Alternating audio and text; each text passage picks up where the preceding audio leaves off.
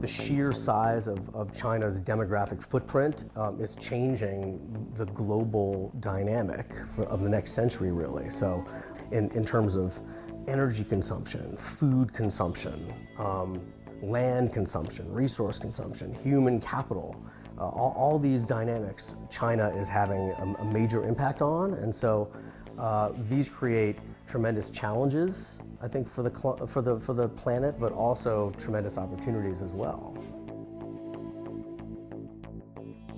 It should be noted that in cracking the nut of the China market, that small businesses are doing this as well as medium and large. So it's not just the purview of Boeing, for example, or Apple, for example. That, you know, there are numbers of small businesses across the country that are cracking the China market. I would say some of the most important attributes to remember are, one, patience.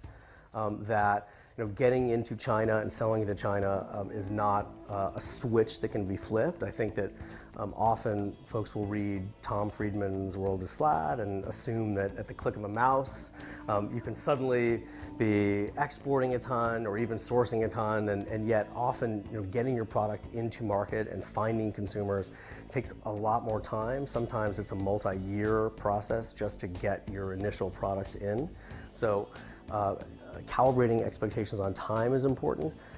Calibrating your expectations about forward deployment into your value chain is really, really important. So again, it's a myth that you can buy and sell through a computer. I think the Alibabas of the world and others, I mean, very, very powerful and large companies give an impression that one can do successful business in China through a computer. My experience has indicated that is not the case. Whether you're buying in China or selling in China, you're dealing with a highly complex value chain, one that's very fragmented, very opaque, and really the only way to assure that your customer is receiving quality goods from you, or that you're sourcing quality goods out of that chain, is really by riding herd on the many players in that chain personally. You know, time, personal involvement, and money. I mean, time and people demand investment as well. And so you don't need to be able to spend hundreds of millions of dollars like the big companies have, but being able to invest the right amount of money so that you're in market for enough time to build share and to build momentum.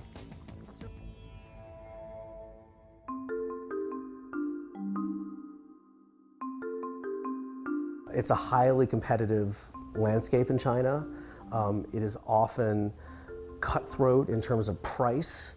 And so, you know, in that climate, yes, if you invest the time upfront in a relationship, I think that's a big win, and that allows you to stay in the game. Kind of keeping those relationships fresh and continuing to keep them renewed, you know, is important. So that means, you know, investing and continuing to invest in face time is important, and also kind of the niceties of Chinese culture, paying attention to the family of the people you're doing business with. When you go over to bring gifts for your partner's wife and children, for example, is a part of showing respect, paying attention to face, and building that longer trust and willingness to do business with one another.